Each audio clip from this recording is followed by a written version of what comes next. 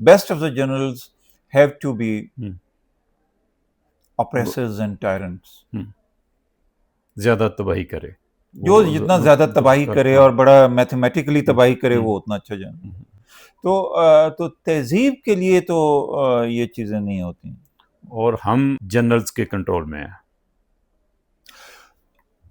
ہم شروع ہی سے ہیں.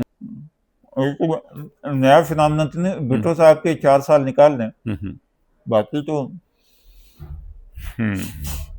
بھٹو صاحب کے حوالے سے بھی سر بہت سارے کویشچنس ہیں کہ بھٹو نے بھی آخری وقت تک، ایون جب گرفتار ہوئے، پی این اے کے ساتھ جو میٹنگز ہوتی تھیں وہاں پہ بھی بھٹو جنرل ضیاء کو ساتھ لے کے جاتے تھے.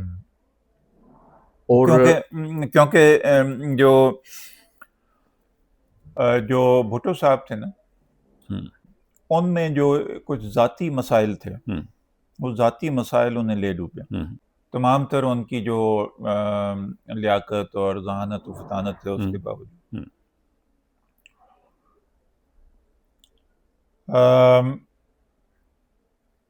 لیکن وہ ایک الٹرا نیشنلسٹ تو وہ بندہ تھا جو مجھے سمجھ میں آتی ہے. بات یہ ہے کہ جو دیکھیں، 2 چیزیں ہوتی ہیں جو انسان کے کیریکٹر کو قائندیہ دیتی ہیں.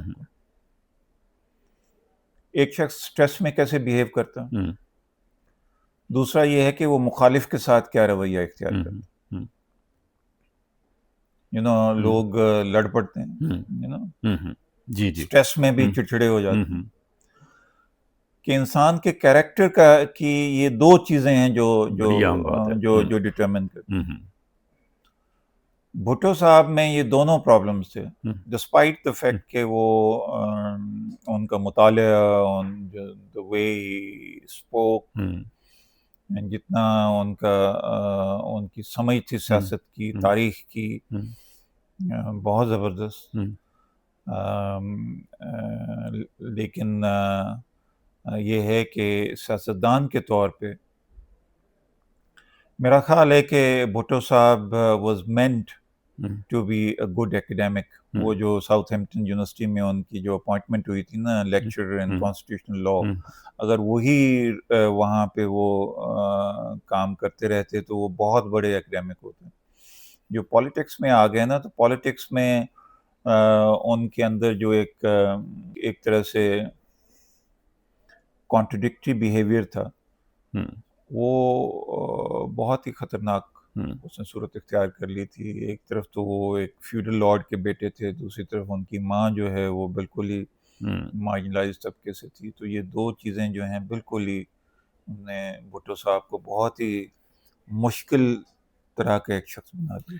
آپ نے فرمایا کہ بھٹو الٹرا نیشنلسٹ تھے، لیکن مشرقی پاکستان کے حوالے سے، عوامی لیگ کو اقتدار دینے کے حوالے سے جو بھٹو نے رویہ اپنایا، وہ بھی کوئی، میں یہ سمجھتا ہوں کہ جو مشرقی پاکستان میں تو ہمارا وہ فیلئر جو ہے آپ کا جو سیاسی بھی اور فوجی بھی فیلئر دونوں تھا، وہ آپ کی آرمی کی ہائی کمانڈ کا فیلئر تھا.